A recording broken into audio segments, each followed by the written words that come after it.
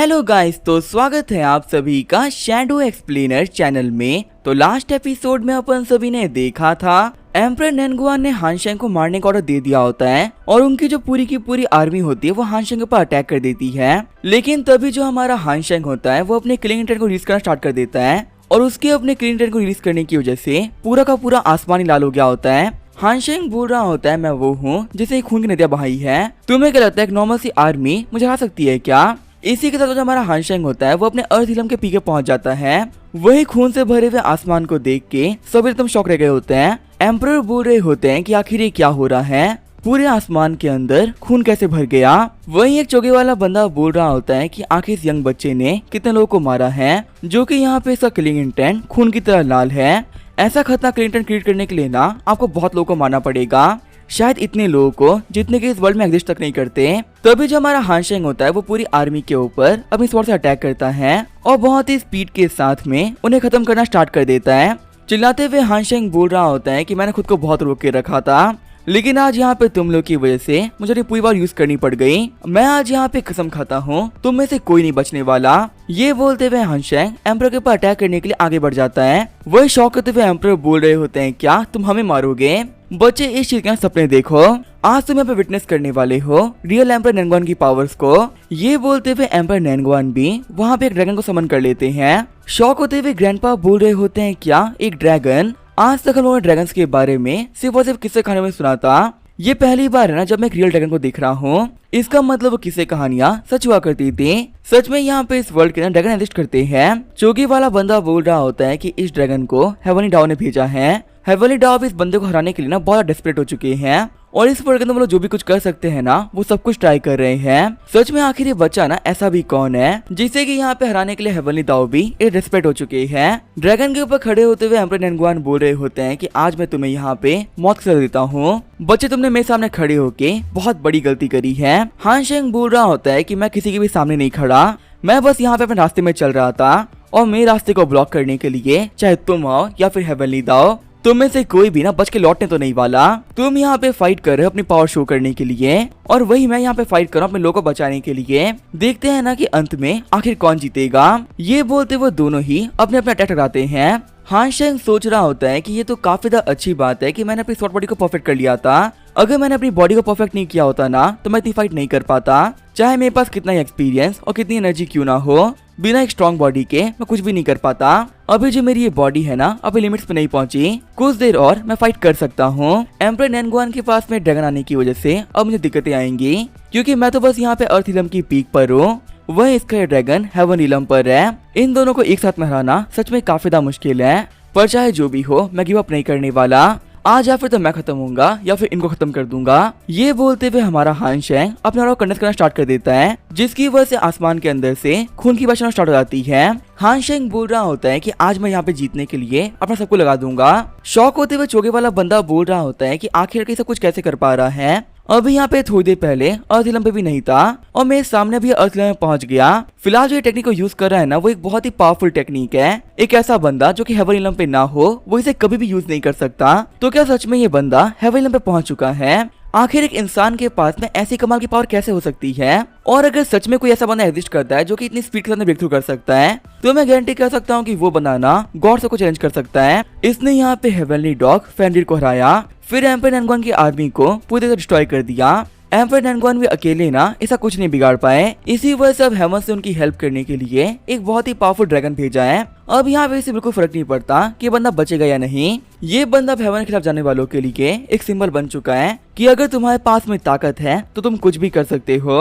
हान शेंग सोच रहा होता है, मुझे लगा ही था उस कमीने हेवनली डाओ ने मेरी बॉडी पर रेस्ट्रिक्शन डाल दी। अब मैं यहाँ पे अपने अल्टीमेट ब्रेक थ्रू को सही से यूज नहीं कर सकता और अगर मैंने यूज किया तो मेरी बॉडी टूटना स्टार्ट हो जाएगी, पर चाहे जो भी हो मैं रुकने तो नहीं वाला। ये बोलते हुए हान शेंग अपने ब्रेक थ्रू को कंटिन्यू रखता है। वही हान शेंग की इस कमाल की ताकत को देख के एम्परर नेनगुआन भी काफी शौक रह गए होते हैं। एम्परर नेनगुआन बोल रहे होते हैं, सालों बाद एक अच्छी फाइट करी है लड़के, आज मुझे यहाँ पे तुमसे एंड तक फाइट करनी है और देखना है कि आखिर तुम ना कितना कुछ कर सकते हो। तभी जो हमारा हान शेंग होता है वो हेवनली रिलम के इनिशियल स्टेज पे पहुंच जाता है। अटैक करते हुए एम्परर नेनगुआन बोल रहे होते हैं कि तुम और पावरफुल बन गए, अब तो और मजा आएगा। हान शेंग सोच रहा होता है कि अभी मार को खत्म होने में और टाइम लगने वाला है, जब तक कि वो 16वां खत्म नहीं हो जाता मैं इस फाइट को खत्म नहीं कर सकता। चिल्लाते हुए एम्परर बोल रहे होते हैं मेरी गोल्डन आर्मी, क्या तुम थक गई हो?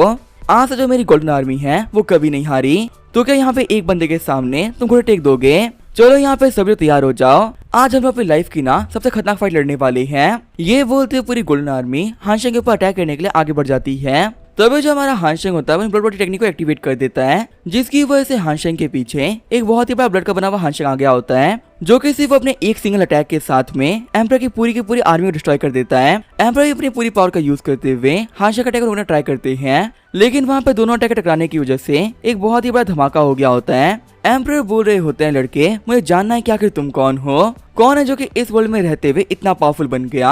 हानशेंग बोल रहा होता है, मैं हूँ गू फैमिली का गू हानशेंग, एक ऐसा जनरल जो कि जिंदगी में कभी नहीं हारा। एम्परर नैनगुआन बोल रहे होते हैं कि तुमने मेरी रिस्पेक्ट जीती है, इसी वजह तुम्हारे इस नाम को मैं हमेशा याद रखूंगा। हानशेंग बोल रहा होता है कि या तो तब रखोगे ना जब तुम बचोगे, आज मेरे सामने वाले किसी भी बंदे को ना मैं नहीं छोड़ने वाला, अब वो चाहे तुम हो या फिर हेवेनली दाओ। फिर वहाँ पे उन दोनों के बीच में फिर से फाइट जाती है, लेकिन हम देखते हैं पावर काफी यूज करने की वजह से हानशेंग के जो बॉडी क्रैक्स होते हैं वो बढ़ना स्टार्ट कर देते हैं। हानशेंग सोच रहा होता है कमीना हेवेनली दाओ, जब वो और कुछ नहीं कर पाया तो उसने मेरी बॉडी पे लिमिट लगा दी, चलो कोई बात नहीं, जब तक कि मेरी बॉडी पूरी तरह टूट नहीं जाती मैं तब तक फाइट करता रहूंगा। ये बोलते हुए हानशेंग भी अपनी पूरी एनर्जी को रिलीज करने लगता है। हानशेंग बोल रहा होता है कि आज तुम्हारे ड्रैगन को ना मैं कम से कम 1000 हिस्सों में बांटूंगा, आज तुम यहाँ पे देखने वाले हो एक रियल ड्रैगन स्लेयर को। एम्परर नैनगुआन बोल रहे होते हैं कि तुम्हारा ये एटीट्यूड ना मुझे काफी पसंद आ रहा है, देखती है कि आखिर में से कौन होगा जो कि आखिर तक खड़ा रहेगा। फिर जो हमारा हानशेंग होता है वो अपनी बुधा पाम से एम्परर पे अटैक करता है, साथ ही अपनी पावर्स को ज्यादा यूज करने की वजह से उसकी बॉडी धीरे धीरे डीओ में चेंज हो रही होती है। वही यहाँ पे नैनगुआन के लिए भी हानशेंग की स्वॉर्ड को रोकना अब बहुत मुश्किल हो गया होता है, बहुत ही मुश्किलों के साथ में वो हानशेंग अटैक को ब्लॉक करते हैं। तभी आगे बढ़ते हुए हानशेंग बोल रहा होता है, मैं देख सकता हूँ तुम अपनी लिमिट पे हो, लगता है कि आज ये अनडिफीटेड एम्परर जिंदगी में पहली बार हारने वाला है। ये बोलते हुए हानशेंग एम्परर काफी क्लोज आ गया होता है। हानशेंग सोच रहा होता है नहीं अभी नहीं, बस मुझे यहाँ पे एक अटैक की जरूरत है और मैं एम्परर को हरा दूंगा, मेरी स्वॉर्ड बॉडी थोड़ी देर के लिए संभाल लो। मुझे सच में यहाँ पे काफी तक गुस्सा आ रहा है, मेरी सोल की पावर्स को मेरी बॉडी संभाल नहीं पा रही, अगर बस मेरी बॉडी यहाँ पे स्ट्रांग होती तो ये एम्परर नैनगुआन क्या है, मैंने हेवंस तक को फाड़ दिया होता। वही एम्परर नैनगुआन बोल रहे होते हैं, बच्चे भले तुम्हारे पास अभी काफी पावर बाकी है, पर देख के लग रहा है कि तुम्हारी ये बॉडी पे लिमिट पे पहुंच चुकी है, चलो अब स्ट्रगल करना बंद भी करो और अपनी हार को एक्सेप्ट कर लो। फिर इन दोनों के अटैक से टकराने की वजह से वहाँ पे एक बहुत ही बड़ा धमाका होता है। हानशेंग सोच रहा होता है काश मेरे पास में थोड़ा टाइम और होता तो मैंने अपनी इस बॉडी को ना परफेक्ट कर लिया होता, और मेरी बॉडी के परफेक्ट होने के बाद में यहाँ पे कोई भी मैं कुछ नहीं बिगाड़ पाता, पर ये काम करने में मैं चूक गया। ताकत के रास्ते को छोड़ के पीस के रास्ते को चुनना एक बेवकूफी थी। ताकत के रास्ते पे भले ही मैं अकेला होता पर कभी हारता नहीं। क्या सच में ये मेरा अंत है? क्या सच में हेवनली दाओ के सामने मैं हारने वाला हूँ? तभी वहाँ पे एक आवाज आती है जो कि बोल रही होती है, एम्परर नैनगुआन, हम लोग को फाइट किए हुए ना काफी लंबा टाइम हो चुका है। लास्ट टाइम जब हम लोग के बीच में फाइट हुई थी तब उस फाइट के अंदर कोई भी जीत नहीं पाया था।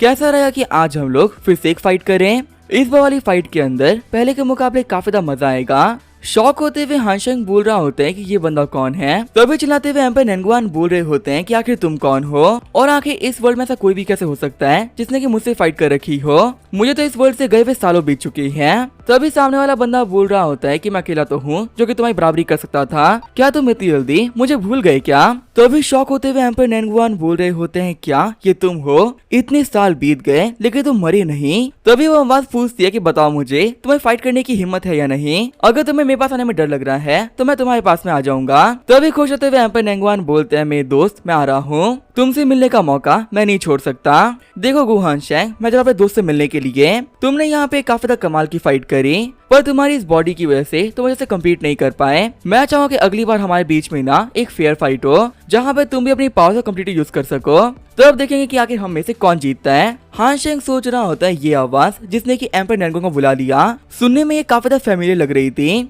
ऐसा लग रहा था कि मैंने ये आवाज ना कहीं तो सुन रखी है। वही सीन चेंज होता है, हमें मोयांग की बाउंड्री का सीन दिखाया जाता है। हम देखते हैं ड्रंकन मास्टर को जो कि बोल रहे होते हैं, एम्परर नैनगुआन सच में कितने लंबे टाइम बाद हम लोग फिर से मिल रहे हैं, और देखो ना मेरे पास यहाँ पर तुम्हारा वेलकम करने के लिए कुछ खास है भी नहीं, बस ये नॉर्मल सी वाइन है जो कि मैं तुम्हें ऑफर कर सकता हूँ। शॉक होते हुए एम्परर नैनगुआन बोल रहे होते हैं, मुझे बिल्कुल भी समझ में नहीं आ रहा कि आखिर आप यहाँ पे क्या कर रहे हो स्वॉर्ड गॉड। मुझे लगा था कि आपने इस वर्ल्ड को ना बहुत पहले छोड़ दिया है, पर आपका यहाँ पे इस मॉर्टल वर्ल्ड में होना मेरे को बिल्कुल भी समझ में नहीं आ रहा। आपने इस वर्ल्ड के अंदर खुद को छुपा के क्यों रखा हुआ है? ड्रंकन मास्टर बोलते हैं कि इस वर्ल्ड में ये ताकत नहीं है कि मेरे को संभाल सके और मेरे को रोकना ये तो किसी के लिए पॉसिबल नहीं है। मेरे पास में इस वर्ल्ड में रुकने के ना अपने कुछ रीजंस थे। तुम तो देख ही सकते हो जो लोग यहाँ पे हेवंस को पसंद नहीं है, हेवंस कुछ भी करके उन लोग खुश रहने देते। तुम्हें पता है मेरी खुशी किस चीज में है? वो है इस वाइन के अंदर। वर्ल्ड में सब कुछ अचीव करने के बाद में, बेशुमार ताकत होने के बाद में मेरे पास में लाइफ के अंदर कोई पर्पस ही नहीं बचा था।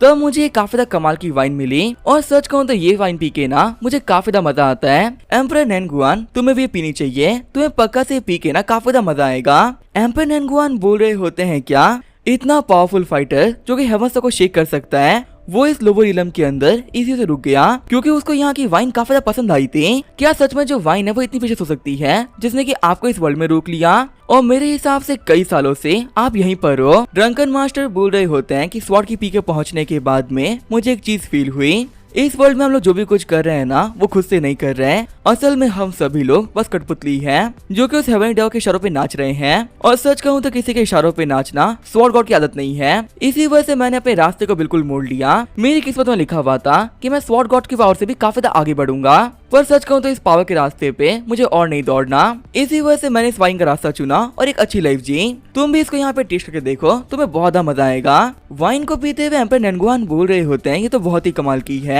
मैंने हेवंस के अंदर वाइन पी है लेकिन इतनी कमाल की आज तक नहीं पी। स्वॉर्ड गॉड क्या ये वाइन आपने बनाई है क्या? ड्रंकन मास्टर बोल रहे होते हैं नहीं मैंने नहीं बनाई। इस वर्ल्ड में आने के बाद में मुझे एक खास दोस्त मिली थी जिसने की आज 100 साल पहले मेरे लिए वाइन्स बनाई थी। ये वाइन तो रीजन है जिसकी वजह से मैं इस वर्ल्ड में रुका था। वैसे एम्परर नैनगुआन आपने पावर की पीक को देखा है और काफी लंबे टाइम तक सबके ऊपर रूल किया है। क्या मेरी ही तरह आपकी भी पावर को पाने की चाह मर गई क्या? एम्परर नैनगुआन बोल रहे होते हैं कि आपकी पावर और मेरी पावर में काफी डिफरेंस है। मैं भले एक बहुत ही पावरफुल एम्परर हूँ लेकिन स्वॉर्ड गॉड की स्वॉर्ड के सामने गॉड तक नहीं टिक सकते। तो आखिर ये एम्परर क्या चीज है? वैसे पता नहीं मुझे क्यों लग रहा है ना कि मैं यहाँ पे कुछ तो भूल रहा हूँ। ड्रंकन मास्टर बोलते हैं कि आप काफी सालों पहले मर गए थे तो आखिर आप इस वर्ल्ड में वापस कैसे आए? एम्परर नैनगुआन बोल रहे होते हैं कि मैं कैसे मरा था ये तो मुझे भी याद नहीं, पर शायद से ये बात ना आज से 3000 साल पुरानी होगी। मैंने इस वर्ल्ड के सब कुछ जीत लिया था और मेरे पास हासिल करने के लिए कुछ नहीं बचा था। इसी वजह से मेरे पास एक दिन ना हेवनली डॉग के लोग आए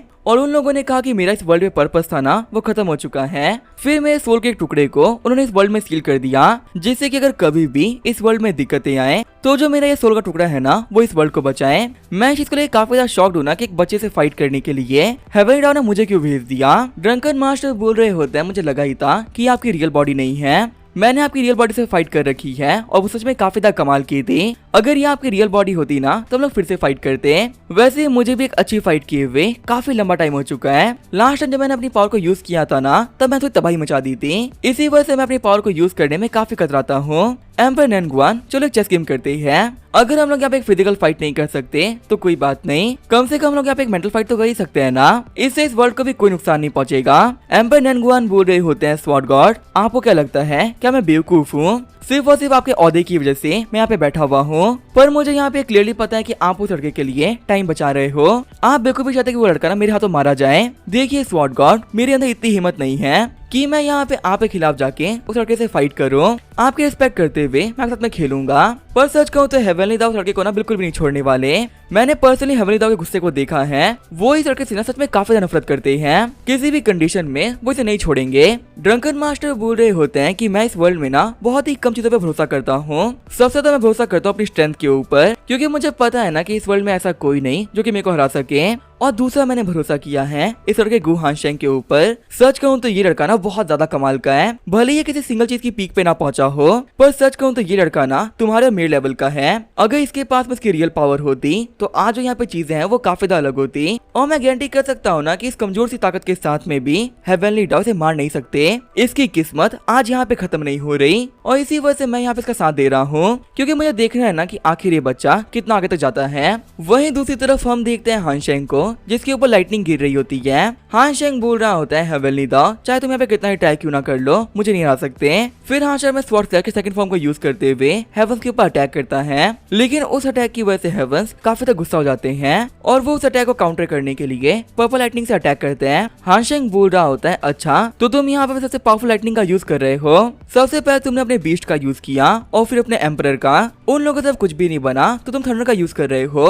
तुम्हें जो भी करना है करते रहो, मैं आज यहाँ पे किनरुओ को बचा के रहूंगा। हानशेंग सोच रहा होता है कि ये लाइटनिंग सच में काफी ज्यादा खतरनाक है। इसकी वजह से मेरी बॉडी काफी स्पीड से डिस्ट्रॉय हो रही है। सच कहूँ तो हेवनली रिलम क्या, अगर मैं मिस्टर रिलम पे भी होता तो भी इस लाइटनिंग का सामना करना अपने आप में काफी ज्यादा मुश्किल है। ऐसे में वीक बॉडी के सामने इसके सामने खड़ा होना ये बिल्कुल मौत का दावा देने की तरह है। तभी हम देखते जो हानशेंग की बॉडी होती है वो टूट के बिखरना स्टार्ट कर देती है।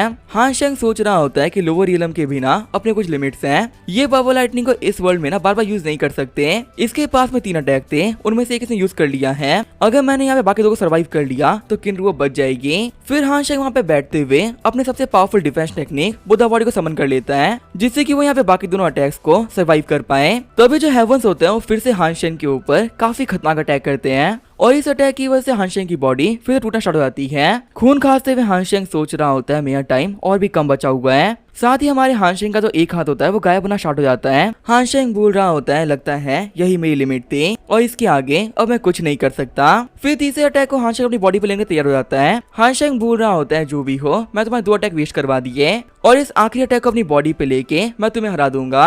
हेवनली दाओ, भले मैं पे मारा जाऊं तो भी कोई बात नहीं, तुम्हें यहाँ पे हराने का जो मजा है ना वो मैं चख लिया है। पीछे मुड़ते हुए हानशेंग बोल रहा होता है, किनरुओ मुझे माफ करना, शायद अपने वादे को ना मैं पूरा नहीं कर पाऊंगा, पर अगर मैं सच कहूँ तो मुझे इस बार कोई रिग्रेट नहीं है। अपनी लास्ट लाइफ के अंदर मैं लाखों लोगों को मारा था और उसके बावजूद मरते वक्त ना मुझे काफी रिग्रेट थे। वहीं आज मैं यहाँ पे सिर्फ इसी वजह से मर रहा हूँ क्योंकि मुझे किसी की जान बचानी है और सच कहूँ तो मुझे इस लाइफ के अंदर कोई रिग्रेट नहीं है। मैंने भले अपना एक वादा तोड़ दिया हो पर एक को तो पूरा किया ना। उम्मीद करता हूँ कि मेरे बाद में तुम एक अच्छी लाइफ जियोगी। हानशेंग बोल रहा होता है, जियांगू स्वॉर्ड तुम्हारा बहुत बहुत शुक्रिया, तुम मेरे साथ में तकरीबन 1 साल से हो और सच कहूँ तो इस 1 साल के अंदर हमने बहुत जंगें जीती। तुम सच में एक बहुत ही कमाल की स्वॉर्ड हो और मैं चाहता कि मेरे साथ में तुम डिस्ट्रॉय हो जाओ। प्लीज तुम यहाँ चली जाओ और अपने लिए किसी अच्छे मास्टर को चुनना, एक ऐसा मास्टर जो कि तुम्हारे काबिल हो, और जब तक तुम्हें कोई ऐसा बंदा नहीं मिलता जो कि तुम्हारे काबिल हो वो तुम्हें कभी भी ना उठा नहीं पाएगा। ये बोलते हुए हानशेंग अपने जियांगू स्वॉर्ड को दूर फेंक देता है। वह जो हेवंस होते हैं अपने फाइनल स्ट्राइक के लिए पूरी तैयार हो गए होते हैं। हानशेंग बोल रहा होता है कि तुम तैयार हो तो मैं भी तैयार हूँ, चलो देखते हैं कि आखिर किसमें कितना जोर है। ये बोलते हुए हानशेंग अपनी पूरी पावर को इकट्ठा करना स्टार्ट कर देता है। हानशेंग बोल रहा होता है, मैंने यहाँ पे अल्टीमेट ब्रेक थ्रू का यूज किया और काफी सारे लेवल्स को एक साथ में ब्रेक थ्रू किया। इसी वजह से जो मेरी बॉडी है वो कोलैप्स कर रही है, पर चलो कोई बात नहीं, इसी पावर की वजह से मैं अभी तक यहाँ पे हेवंस के सामने टिक पाया हूँ। फिर हानशेंग अपनी ब्लड स्वॉर्ड को समन करते हुए हेवंस की तरफ एक काफी खतरनाक अटैक करता है। हानशेंग बोल रहा होता है कि जब तक मेरी बॉडी पूरी तरह कोलैप्स ना हो जाए तब तक मैं यहाँ पे रिलम्स को बढ़ाते रहूंगा। ये मेरा आज तक का इकट्ठा किया हुआ पूरा का पूरा ब्लड इंटेंट है, उस पूरी की पूरी फोर्स को मैं एक स्वॉर्ड में डाल रहा हूँ। हेवंस तुम्हें कितना ही दम क्यों ना हो तो भी सामना नहीं कर सकते। वही जो हेवंस होता है लाइटिंग का ड्रैगन बनाते हुए हानशेंग के ऊपर अटैक कर देते हैं। एम्पर नैनगुआन बोल रहे होते हैं कि ये मेरी आज तक की देखी हुई सबसे खतरनाक लाइटनिंग है, चाहे लड़का कितना ही ट्राई क्यों ना कर ले ये नहीं बच सकता। ड्रंकन मास्टर बोलते हैं कि मैंने कहा ना मुझे इस बच्चे पे भरोसा है। वैसे आपको यहाँ पे इन चीजों के ऊपर ध्यान देने की बिल्कुल भी जरूरत नहीं है। एम्पर नैनगुआन वैसे अगर देखा जाए ना तो आप 3000 साल पहले मर गए थे। अगर आपने हेवनली दाओ के साथ में डील ना करी होती तो पक्का से आप ना इथेरियम पे होते, या ऐसा भी हो सकता है कि आपके पास में मेल लेवल की पावर्स होती। एम्पर नैनगुआन बोल रहे होते हैं, मुझे नहीं पता, सच कहूँ तो मुझे तो उस कॉन्ट्रैक्ट के बारे में भी याद नहीं है जो कि मैंने हेवनली दाओ से किया था। सिर्फ मुझे इतना पता है ना कि मेरे सोल का एक टुकड़ा यहाँ पड़ा हुआ है और मैंने इसको इसी वजह छोड़ा था ताकि मैं अपने लोगों को प्रोटेक्ट कर सकूं। तुम्हें पता है हेवनली दाओ ने मुझसे कहा था कि इस वर्ल्ड में कोई भी ना मिस्टीरियम पे नहीं पहुंचा चाहिए, अगर ऐसा हुआ तो बहुत बड़ी दिक्कत आ सकती है। स्वॉर्ड गॉड बोल रहे होते पर ऐसा क्यों, आखिर जो हेवनली दाओ है क्यों नहीं चाहता कि कोई बंदा मिस्टिक रियलम पे पहुंचे। एम्पर नैनगुआन बोल रहे होते हैं कि भले ये वर्ल्ड एक लोअर रियलम है पर सच कहूँ तो यहाँ पे बहुत सारे सीक्रेट्स छुपे हुए हैं, ऐसे सीक्रेट्स जो कि हेवनली दाओ कभी नहीं चाहते ना कि सामने आ जाए। मैं ये तो नहीं जानता क्या इस वर्ल्ड की क्या इंपॉर्टेंस है, पर मैं ये जानता हूँ कि हेवनली दाओ के लिए ये वर्ल्ड अपने आप में एक बहुत बड़ा खतरा है। और देखो ना, भले हेवनली दाओ ने कितना ही ट्राई क्यों नहीं कर लिया पर इस वर्ल्ड में काफी सारे पावरफुल लोग रहते हैं। अगर यहाँ पे तुम्हारी बात की जाए तो तुम मिस्टिक रियलम से काफी ज्यादा ऊपर हो, तुम्हारे पास में इतनी पावर कि तुम हेवनली दाओ से डायरेक्टली फाइट कर सको। और वही ये लड़का जो कि अभी इतना यंग है ये भी हेवनली दाओ से काफी इजीली फाइट कर पा रहा है। अगर मैं सच कहूँ ये कोई नॉर्मल वर्ल्ड होता ना तो अभी तक हेवनली दाओ इस वर्ल्ड को डिस्ट्रॉय कर चुके होते, पर यहाँ पे कुछ तो ऐसा है कि तुम जैसे पावरफुल लोग के होने के बावजूद भी जो हेवनली दाओ है वो डिस्ट्रॉय नहीं कर पा रहे हैं। इस वर्ल्ड के सीक्रेट सच में काफी खतरनाक है और जिस दिन वो सामने आएंगे हम सोच भी सकते हैं क्या होगा। अब इसका क्या होगा वो नेक्स्ट एपिसोड में। तो तब तक के लिए बाय और स्टे ट्यून।